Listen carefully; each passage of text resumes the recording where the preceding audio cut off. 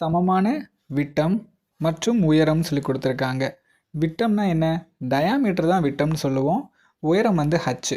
So அப்போது d = ஹச்னு எழுதிக்கிறேன்.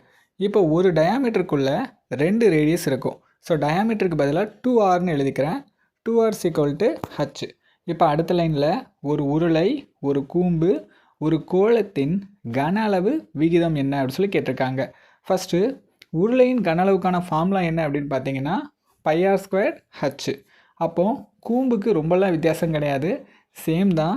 πr²h /3 மட்டும் போட்டுக்குங்க. உருளைக்கும் கூம்புக்கும் இதான் வித்தியாசம். அதுக்கப்புறம் கோளம் இருக்குது, இதுவும் சேம் தான். இது வரைக்கும் நீங்கள் r² போட்டிங்கல்ல, இதில் r³ போடணும்.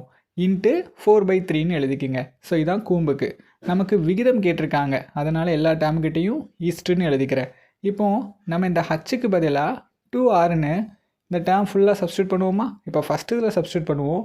ஹச்சுக்கு பதிலாக 2rன்னு போட்டுக்கிறேன். ரெண்டாவது இதில் πr² ஹச்சுக்கு பதிலாக 2r /3. இந்த மூணாவதுல நம்ம சப்ஸ்டியூட் பண்ண வேண்டாம், ஏன்னா அதில் ஹச்சே இல்லை. πr³ 4/3ன்னு எழுதிக்கிறேன். இப்போ பாருங்கள், இந்த 2rஐ இதோட பெருக்குனா என்ன வரும்? r³ வருமா? அப்போ 2πr³ வரும். அதே மாதிரி இந்த டேம்லையும் பெருக்குவோமா? பெருக்குனா என்ன வரும்? 2πr³ /3ன்னு வரும். இந்த டேமை நம்ம அப்படியே எழுதிக்கலாம். எப்படி எழுதிக்கலாம்? 4πr³ /3ன்னு எழுதிக்கிறேன். ஓகே. இப்போ இந்த பை, இந்த பை, இந்த பையெல்லாம் கட் ஆயிடுச்சு. இந்த r³, இந்த r³, இந்த r³ம் கட் ஆயிடுச்சு. அடுத்து பாருங்கள், 2ஆல் அடித்தா 1, 1 இங்கே 2ன்னு வரும். அப்போ பேலன்ஸ் என்னென்னலாம் இருக்குது அதை மட்டும் எழுதிப்போமா? 1 இதில் ஒரு 1, கீழே ஒரு 3 இருக்கா? 1/3 2/3ன்னு வரும். விகிதத்தில் நமக்கு பின்னத்தில் வரக்கூடாது. அதனால் என்ன பண்ண போகிறேன்னா, மேலே இருக்க டேர்ம் ஃபுல்லாத்தையும் 3ஆல் பெருக்க போகிறேன். ஃபஸ்ட் டேர்மை பெருக்குனா 3, இதை பெருக்குனா 3/3. அடுத்து கடைசி டேர்மை பெருக்க என்ன வரும்?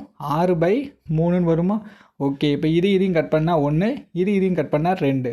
அப்போ விகிதம் என்ன அப்படின்னு பார்த்தீங்கன்னா 3:1:2 தான் ஆன்சர்.